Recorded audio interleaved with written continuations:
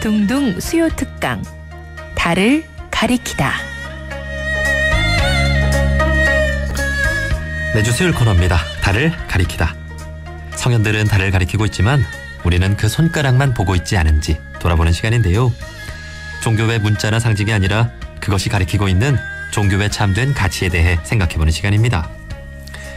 보통 출가라고 하면 세속의 인연을 버리고 산속으로 들어가 수행에 전념하는 걸 떠올리는데요. 원불교에서도 출가라는 말을 쓰지만 이와는 조금 다른 의미가 있죠. 원불교가 생활 종교인 만큼 원불교 성직자는 결혼도 할 수 있고요. 교도들의 마음 공부를 지도하는 등 재생의세의 큰 뜻을 성취하기 위해 출가를 합니다. 오늘은 원불교에서 출가란 어떤 의미인지 원불교 교무로 살아가는 청년 교무님을 한 분 만나보겠습니다. 최근 발간된 책 청춘출가2의 한 주인공이기도 합니다. 원광보건대학교 교당 소대용 교무님을 만나보겠습니다. 교무님 안녕하세요. 네, 안녕하세요. 예, 반갑습니다. 자, 먼저 간단히 본인 소개와 인사를 좀 부탁드립니다. 예, 반갑습니다. 저는 원광보건대학교 대학교당에서 근무하고 있는 소대용 교무입니다. 올해로 2년차 파릇파릇한 교무고요. 보건대학교에서는 이제 올해부터 막 근무를 시작했습니다. 네. 저는 전남 보성 시골에서 자라가지고 이제 서울에서 일반 대학교를 졸업했고요. 대학 입학을 하면서 서울에 상경해가지고 청년회 활동을 하면서 출가의 꿈을 키웠습니다. 지금 이제 청춘 출가 그 책의 김재원 교무님 추천과 지도로 출가를 하게 됐습니다. 예. 그러니까 일반 대학 생활을 서울에서 하시다가 좀 뒤늦게 출가했다고 말을 해야 되나요? 예, 저는 사회 경험을 조금 하고 졸업을 했습니다. 예. 자, 오늘 자세한 그 출가 이야기를 좀 들어볼 텐데요. 자, 최근 청춘 출가 2라는 책이 발간이 됐는데 이 책이 청년 출가자 8분의 출가 이야기를 담은 책이라고 들었습니다. 교무님도 그중 한 분이시라고요? 예. 그 청춘 출가 이번에 2편은 그 저자이신 보산 김재원 교무님께서 서울 안암교당에서 교화하실 때 교당에서 함께 열심히 공부하고 교화했던 그 8명의 청년들의 진솔한 이야기와 그 신앙 수행담을 담은 책입니다. 그래서 저도 청년회 활동을 하면서 이 김재원 교무님께서 몸과 마음으로 보여주신 그 출가자로서의 모습, 또 수행자로서의 모습에 깊이 감명을 받았고요. 그래서 저도 출가를 하면 진정으로 행복할 수 있겠다, 보람된 삶을 살 수 있겠다는 확신이 들어서 이제 그 출가를 하게 됐고, 그 책에 나오는 그런 출가하신 분들은 그 환경과 인연은 각각 다르지만 모두가 저처럼 이렇게 좀 참된 행복을 찾아서 치열하게 고민하고 행복하기 위해 공부했던 그 간절한 이야기가 책에 담겨 있는 것 같습니다. 네. 자, 오늘 교무님의 개인적인 출가 이야기를 좀 들어보려고 하는데요. 보통 그 출가라고 하면 일반 사람들은 그 불교 스님이 되는 걸 떠올릴 것 같습니다. 그 원불교에서도 이 출가라는 말을 쓰는데 이와 비슷하면서도 좀 다르기도 하죠? 예. 사실 아직은 시골에 계신 친구분들은 제가 스님이 된 줄로 알고 계신 분들도 있어요. 예. 네, 일반적으로 이제 불교 스님하면은 이렇게 머리를 밀고 속세와 인연을 끊고 이렇게 산속으로 들어가는 출가를 많이 생각을 하시는데요. 이제 원불교는 좀 많이 다르다고 생각을 합니다. 이 출가라는 것이 단순히 세속의 집을 떠난다는 의미도 있지만요. 이 원불교에서는 각자의 마음가짐에 좀 더 중점을 둔 것 같습니다. 그래서 출가하기 전에는 내 몸과 내 가정만을 위해 살아왔다면은 그런 작은 집을 벗어나서 큰 집으로 나아가겠다. 일체의 생명과 세상 모두를 위해 살아보겠다는 그 결심, 그 마음의 좀 출가의 깊은 의미라고 생각이 됩니다. 네. 그래서 특히 원불교는 이 부처님 법으로 공부해서 또 실천해가지고 각자의 생활을 빛내자는 생활불교잖아요. 네. 그래서 원불교 교단이나 기관들이 주로 이렇게 왕래하기 쉬운 도시 인근에 위치하고 있고, 우리 교무님들도 대중과 더불어서 봉공활동에 많이 힘쓰고 계십니다. 그래서 또 더 다양한 배움의 기회가 있는 것 같고요. 저도 가정이 있다 보니까 이게 챙길 것도 많지만은 그 속에서 또 단련하고 공부하는 재미가 더 있는 것 같습니다. 네. 원불교의 진리관이라고 할까요? 이 진리라고 하는 것이 산속에 있거나 그런 게 아니고 이 세상에 널어져 있는 것이기 때문에 이 진리에 이 몸과 마음을 바쳐서 살아간다는 것이 결국은 네. 이 세상에서 함께 더불어 살아갈 수밖에 없는 것 같습니다. 예, 예. 자, 교무님은 그러면 언제 처음으로 원불교를 만나게 되셨습니까? 네, 저는 7살 때 어머니 인연으로 만나게 되었는데요. 예, 어머니께서 그 자식들에게 불공을 좀 드려보자 하시는 생각으로 이 종교를 찾으시다가 전남 보성교당에 우연히 발걸음하신 게 인연이 되어서 어머니 손잡고 동생과 교당을 다녔습니다. 그게 시작이었고요. 그때는 무엇을 하는지 잘 몰랐는데 저녁 기도에 따라가가지고 은은한 경종 소리 듣고 또 저녁 기도의 노래를 함께 부르고 했던 기억이 참 좋았습니다. 그때부터 꾸준히 원불교였습니다. 예. 아니 그러다가 이제 보통 이제 교무님들이 되려고 하면 20살에 이제 원광대학교 원불교학과에 진학을 하거나 그렇게 해서 예. 보통 이제 교무님이 되는데 예. 이제 교무님은 뒤늦게 출가를 어떻게 좀 결심을 하게 되신 거예요? 예. 저는 그 서울에서 일반 대학교에서 이렇게 통계학을 전공을 했고요. 또 ROTC 장교도 복무하고 사업도 해보고 여러 가지 공부를 많이 해봤습니다.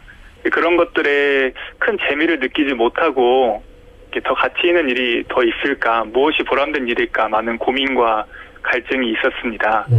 그러다가 아람교당 청년의 활동에 이렇게 참여를 하게 되면서 소태산 대종사님의 교법이 정말 공부하는 것이 재밌었고 또 그때 지도해 주신 김재원 교무님께서 직접 몸과 마음으로 보여주신 출가자의 모습이 참 멋있더라고요. 그래서 예. 나도 출가를 하면 저렇게 멋있게 살 수 있겠구나, 행복하게 살 수 있겠구나, 후회 없이 살 수 있겠구나 하는 생각이 들었습니다. 그게 그래서 몇 살 때였습니까? 저는 29살 때 그렇게 결정을 했습니다. 예. 그 원불교는 7살 때 처음 만났는데 네. 29살에 출가를 결심을 하셨습니다.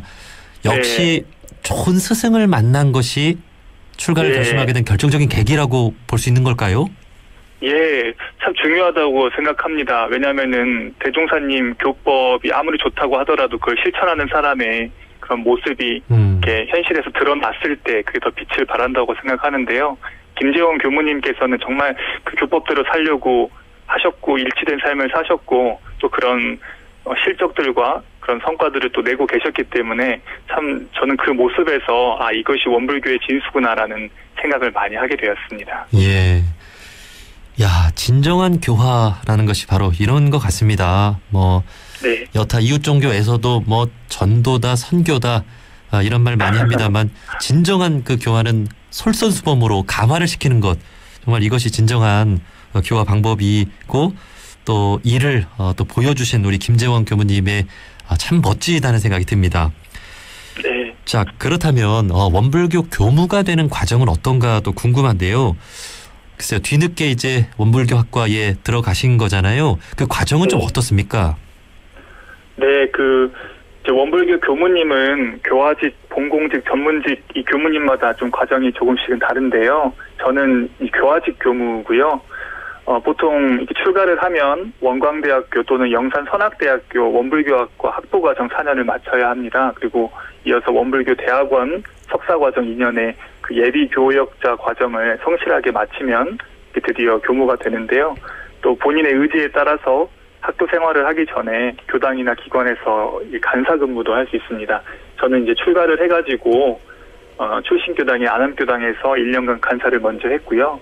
영산선악대학교에 저는 편입을 해서 학부 대학원 과정을 잘 마치고 교무가 되었습니다. 네, 이 성직자가 되는 과정, 아무나 할 수 있다면 그게 성직자라고 할 수 없겠죠. 참 엄격한 그 수행 과정이라고 들었는데요. 좀 힘들지는 않으셨습니까? 예, 아무래도 자유롭게 자기 마음대로 살다가 공동도 하고 또 수행자로서의 일과가 있잖아요. 새벽에 좌선을 하고 밤에 이렇게 연불하고 맞추는 그런 거기에 맞춰간다는 점에 힘든 점도 좀 있었는데요. 그 당시에는 좀 괴롭고 힘겨울 때도 있었지만은 그런 것들 하나하나가 공부거리가 되고 또 나를 인격적으로 성숙하게 하는 과정이라 생각해서 감사하면서 살았던 것 같고요.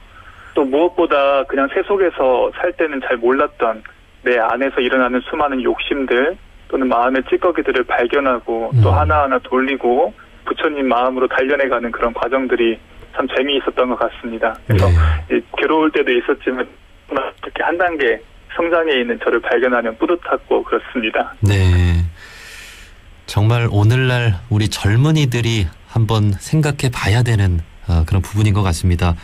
특히 20, 30대의 혈기왕성한 시기에는 하고 싶은 것도 많고 또 주위 친구들과 놀러 다니기 바쁘고 그럴 텐데 이제 교무님들 이제 예비 교무님들 이제 그 준비 과정에 있어서는 그렇게 좀 하고 싶은 어떤 욕구들 좀 어떻게 좀 절제를 잘 하셨습니까? 네, 사실 저는 20대 때 일반 대학도 다녔고 사회생활도 하다 보니까 그렇게 크게 주변 친구들의 모습, 이제 그런 취직하고 자기 하고 싶은 일을 하는 그런 모습들이 그렇게 부럽지는 않았습니다. 그래도 이렇게 놀고 싶은 마음, 자유롭게 활동하고 싶은 마음이 없지는 않았는데 그 처음 출가할 때 그 가졌던 마음이 있죠. 큰 깨달음을 얻어서 부처를 이루어보자 하는 그런 본래의 목적을 생각하면서 또 돌리면서 공부를 해왔습니다. 예. 그래서 막 고등학교 졸업하고 이렇게 입학한 동기들보다는 좀 수월했는데 그래도 이제 수행을 하다 보면은 또 스스로 만족이 안 되고 성장이 더딘 것 같은 생각이 들 때면은 힘들 때도 있었던 것 같습니다. 네. 그 작은 욕심을 큰 욕심으로 돌려라 하는 말씀을 해주셨는데 이제 큰 욕심이라고 하는 것은 큰 서원이라는 말이 되겠죠. 네. 그 요즘 뉴스를 보면 청소년들이나 청년들의 인성 문제나 이제 사건 사고 소식들도 좀 들려오는데 좀 이런 그 젊은 분들에게 좀 어떤 조언을 좀 해주고 싶으세요? 네. 누구나 세상에 나면 잘 살고 싶은 마음, 행복하고 싶은 생각은 똑같은 것 같습니다. 저 역시도 때로는 철없던 시절에 사고도 치고 일탈도 해보고 방황도 많이 했는데 그 과정 모두가 행복의 길을 찾는 과정인 것 같습니다. 그래서 지금은 앞이 어둡고 잘 보이지 않더라도 우리의 본래 마음이 한없이 넓고 크기 때문에 이 마음을 한번 잘 돌리면 이 한 마음을 잘 세우면 거기에서 반드시 행복의 길이 열린다고 생각을 합니다. 그래서 지금 이 힘든 환경과 조건에 있더라도 이 자기의 희망과 꿈을 놓지 말고 한 마음 잘 챙기면 우리는 무엇이든지 할 수 있다. 반드시 행복한 길을 찾을 수 있다. 그리고 원불교에서 그 행복의 길을 분명하게 제시해주고 있으니까 함께 마음을 열고 공부했으면 좋겠다. 이런 말씀을 드리고 싶습니다. 네. 정말 마음을 돌아보면서 마음을 챙기면서 살아가야 한다라는 말씀 정말 우리 청소년들, 청년들이 특히 좀 기억을 했으면 좋겠습니다. 자, 올해부터 이제 원광보건대학교 교당에서 근무를 시작하셨다고 하셨죠. 이제 교무생활 2년 차가 되셨는데 좀 생활해보니 좀 어떻습니까? 예. 원불교는 이제 다양한 기관 교당이 있잖아요. 그래서 저도 이제 작년에는 그 성남에 있는 분당교당에서 1년을 근무했고 이번에 이렇게 새로 임지로 이동을 하게 됐습니다. 그 1년밖에 안 됐지만은 그 교당이 굉장히 크다 보니까 다양한 경험을 할 수 있었습니다. 예비 교무 시절에는 주로 교리를 배우고 습득하는 그런 과정이었다면은 실제로 이렇게 현장에 와서 교화를 하고 일을 하다 보니까 이 교리를 어떻게 실천해야 하는지 그런 많은 노하우들이 생기는 것 같고요. 또 다양한 특성의 사람들을 만나 그 상황에 맞게 어떻게 이 교법을 실천할 수 있는지 정말 산 공부의 장인 것 같습니다. 그래서 굉장히 배움의 깊이가 깊어지는 것 같습니다. 네. 특히 지난해에 1년차 교무님이셨는데 그 코로나19가 딱 갑자기 이제 들이닥쳐서 애로사항도 많으셨을 것 같습니다. 네.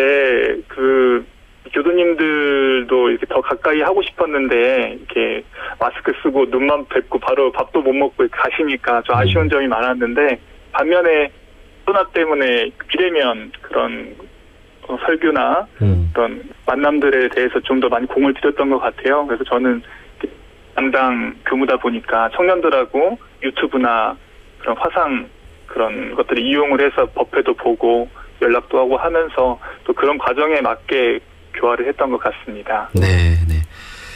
자, 마지막으로 요즘 청년들은 진로에 대한 고민도 많을 것 같습니다. 원불교 교무라고 하는 길이 어렵지만 참으로 보람되고 좋은 길이다라고 하는 것을 이제 교무님께서 보여주고 계신데요. 우리 청년들에게 해주고 싶은 말씀 혹은 원불교를 잘 모르는 분들께도 원불교 공부를 하면 이런 점이 좋다 하는 말씀을 마지막으로 한 말씀 해주신다면요. 예.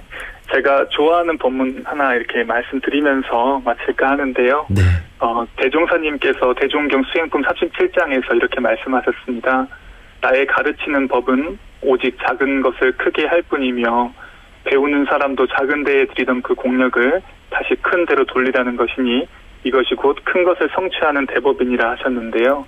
대종사님께서는 우리에게 작은 마음을 큰 마음으로 키울 수 있도록 또 작고 좁은 범위에 쓰던 힘을 더 크고 넓고 모두를 위한 곳에 쓰도록 이끌어 주셨다고 저는 생각을 합니다.